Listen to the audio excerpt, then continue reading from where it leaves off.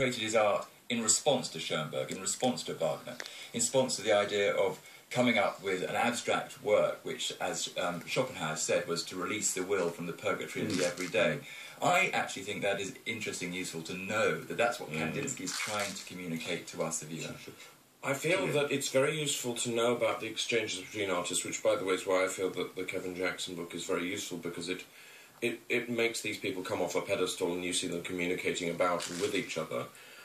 Whether it's useful or necessary to know about the Schopenhauer, which is a very difficult concept to absorb, not that I think people should be protected from such things, no, but whether it's necessary to know that before experiencing Schoenberg and Kandinsky, and whether it will even help you understand the experience of that art, I doubt, I have to say. Is there a sort of a contrast between the world of modern music, where there is frankly much less money and media attention lavished? You could argue that the world of modern art has too much money, I would say that, and too much attention, in some respects, monetary attention lavished on it. Or does that simply make it harder to get your art across? It can be both. I mean, the whole question of art and money is a very complicated one today.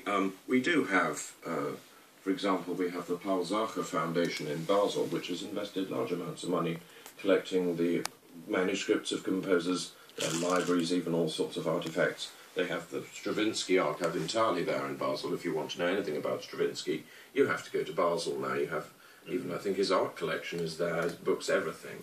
So that it's not that we've had none of that kind of sponsorship, but I think it is true to say that what do you take home? You see, you can take home, if you're an art collector, the canvas.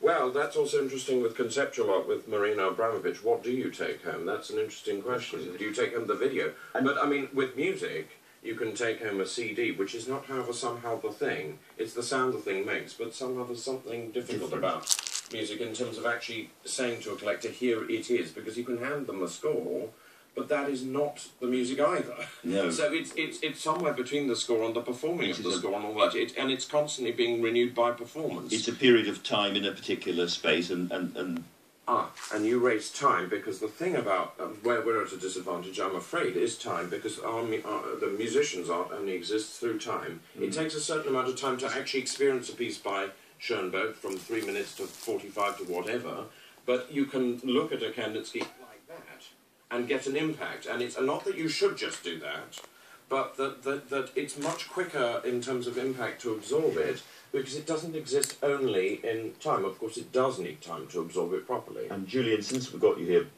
briefly, what needs to happen? Because, I mean, Radio 3 keeps getting it the neck for not being easier. It's pretty easy these days, well, I would say. Yeah, and so how are you going to get people, what needs to happen in the culture to get what needs to happen is you need to stop apologising for it. You can't introduce interesting and exciting music, particularly, whilst apologising for it at the same time, or condescending to the audience. You need to... it's a very difficult one, this one. If you tell them how exciting it is, they won't believe you, but if you tell them that don't worry, it's all right, it's not that threatening, they'll feel patronised and they'll say, well, actually, I didn't like that at all. So I don't think